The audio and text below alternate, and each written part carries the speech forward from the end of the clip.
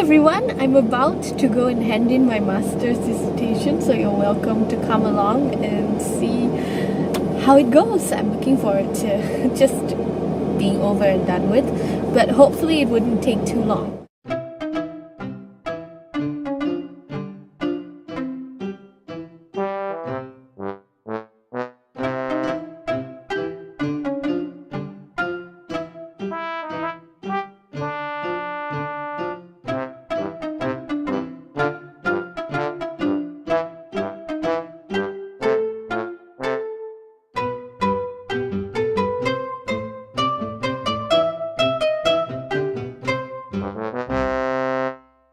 Here is my cubicle that I'm actually using for the very first time.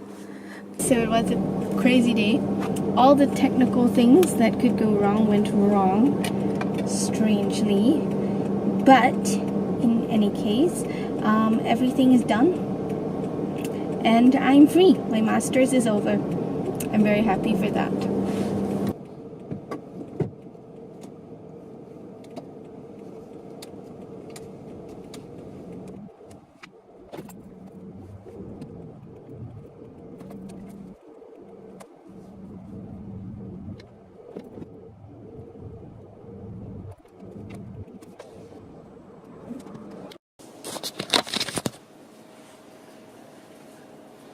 It feels so good to be done.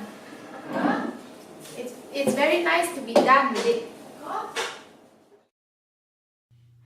My master's is over now. I've got a lot of stuff to throw away. Come along for the ride and watch me clear my mess away in double time. I'll make some croissant. It'll take me 18 hours while I go insane. You can watch, enjoy.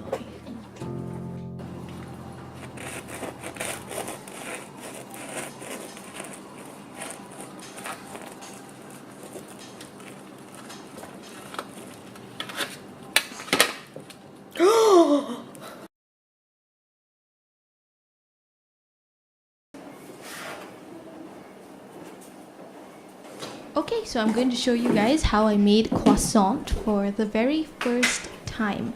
I started out with weighing the flour because weighing is so much more precise and it's also faster and easier, but I still use teaspoon measurements for like my yeast and also the sugar that goes into the recipe.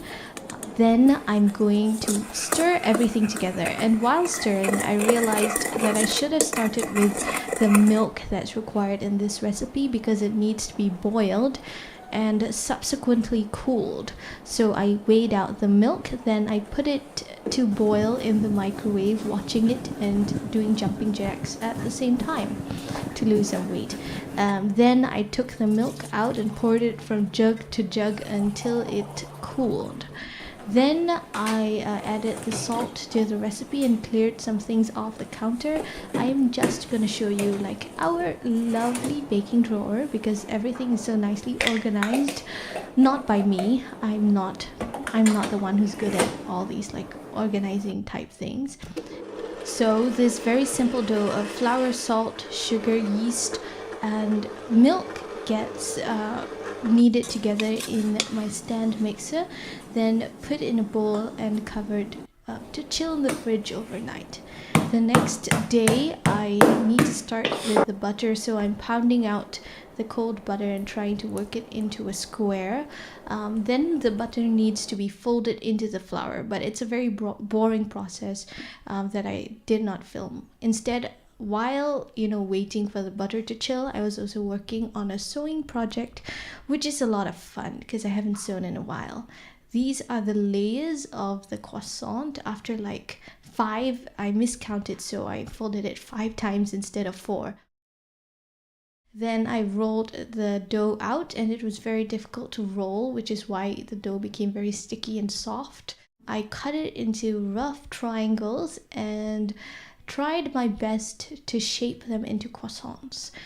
Not all of them were well shaped. Most of them weren't. In fact, only one was decent looking. I think this one. that I'm demonstrating here. The next thing that I did was make the egg glaze, which is just a beaten egg and a bit of water. Then I glazed the rising croissants and, you know, got them ready to go into the oven. You can see the shapes are very uneven. This is what they look like. The small ones were kind of cute. I also made half of them into larger croissants, out of which one was perfect looking, so that is my Instagram photo. We just had the fresh croissants with roast chicken and salad for dinner. They were so good. So anyway, if you like this video, do like, subscribe, and stay tuned. I will be uploading more videos soon. Bye!